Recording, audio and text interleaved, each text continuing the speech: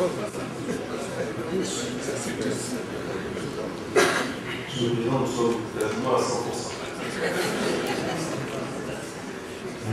La question fondamentale pour nous aujourd'hui en Afrique est de pouvoir répondre aux préoccupations de notre jeunesse. Dans un pays comme la Côte d'Ivoire, d'où je viens, il y a 50 000 jeunes qui chaque année sortent avec des diplômes, se présentent sur le marché du travail alors que nous ne créons pas 1000 emplois par an. La Côte d'Ivoire est un pays qui, pendant 20-25 ans, a connu une stabilité et une croissance économique. Et les 25 autres années a connu une crise économique, une crise politique et pas de croissance.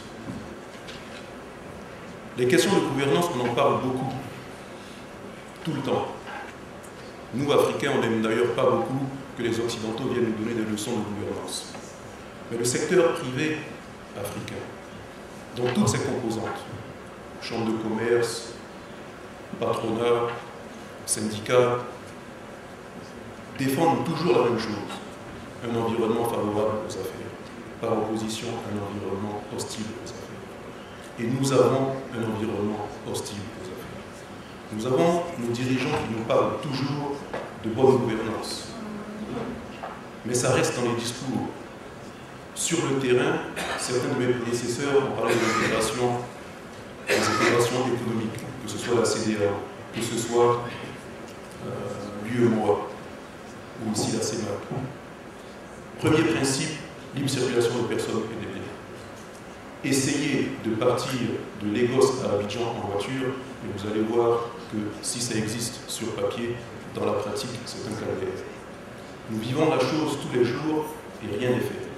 La gouvernance, pour nous, se traduit par une meilleure performance économique, création d'emplois, création de richesses, ou au contraire, par des disparitions d'entreprises.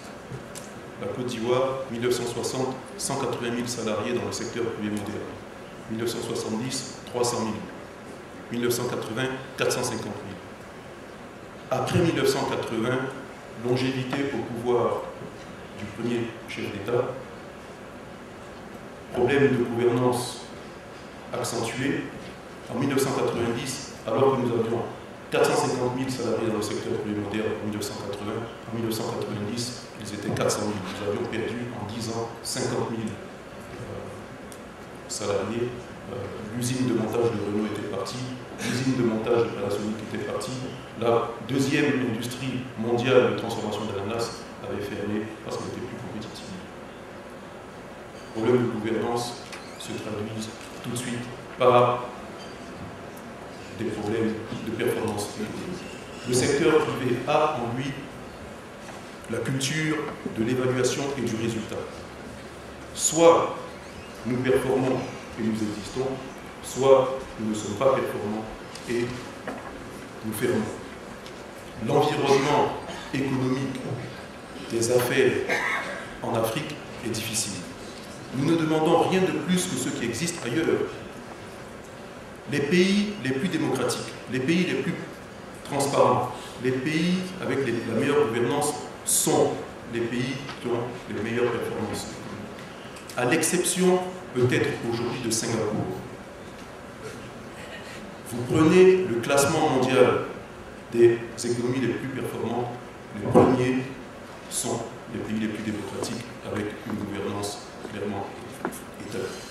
Ce que nous demandons, c'est plus de démocratie, c'est la sécurité physique avec la paix comme préalable au développement, la sécurité physique des personnes et des biens, sécurité juridique et judiciaire des entreprises, un bon système d'éducation, un bon système de santé et une croissance qui se traduit en développement, une croissance qui se traduit en amélioration du bien-être des populations. Malheureusement, ce n'est pas souvent le cas dans beaucoup de nos pays africains. Nous avons des pays qui connaissent une forte croissance, peut-être en raison de l'existence d'hydrocarbures ou autres, mais traduction en développement, pas grand-chose. Je donne encore l'exemple de la Côte d'Ivoire.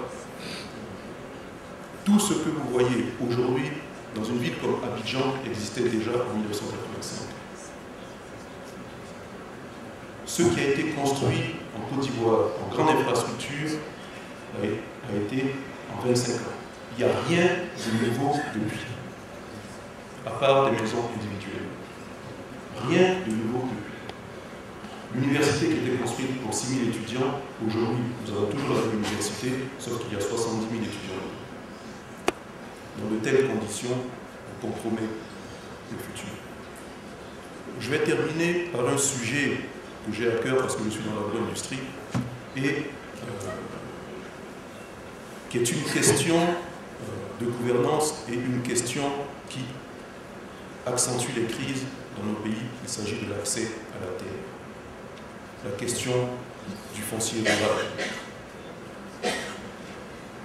L'Afrique aujourd'hui est le seul continent où on a du mal à acheter une terre, à la transmettre et à pouvoir en jouir comme on veut. N'importe lequel d'entre vous va aujourd'hui dans un état comme l'Arizona ou le Texas, il achète 50 hectares, il en dispose comme il veut.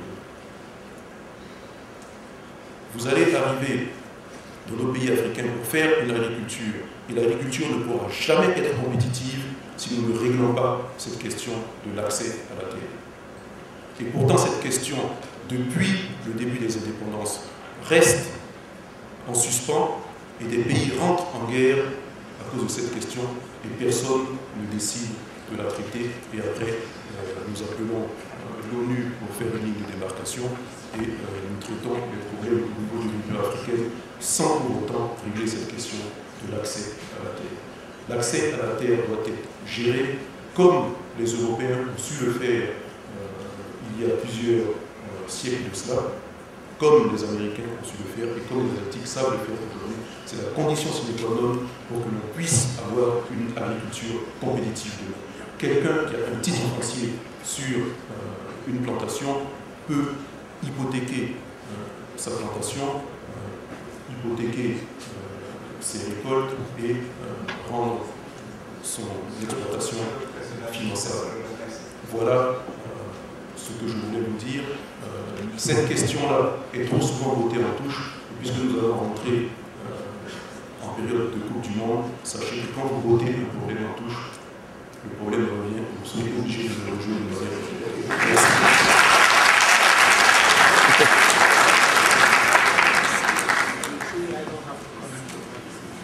I don't have to comment. Your approach to the relevance of the statement. I always say perhaps one would do this comment. Maybe we should have an exchange between politicians and businessmen. We will run the statement, including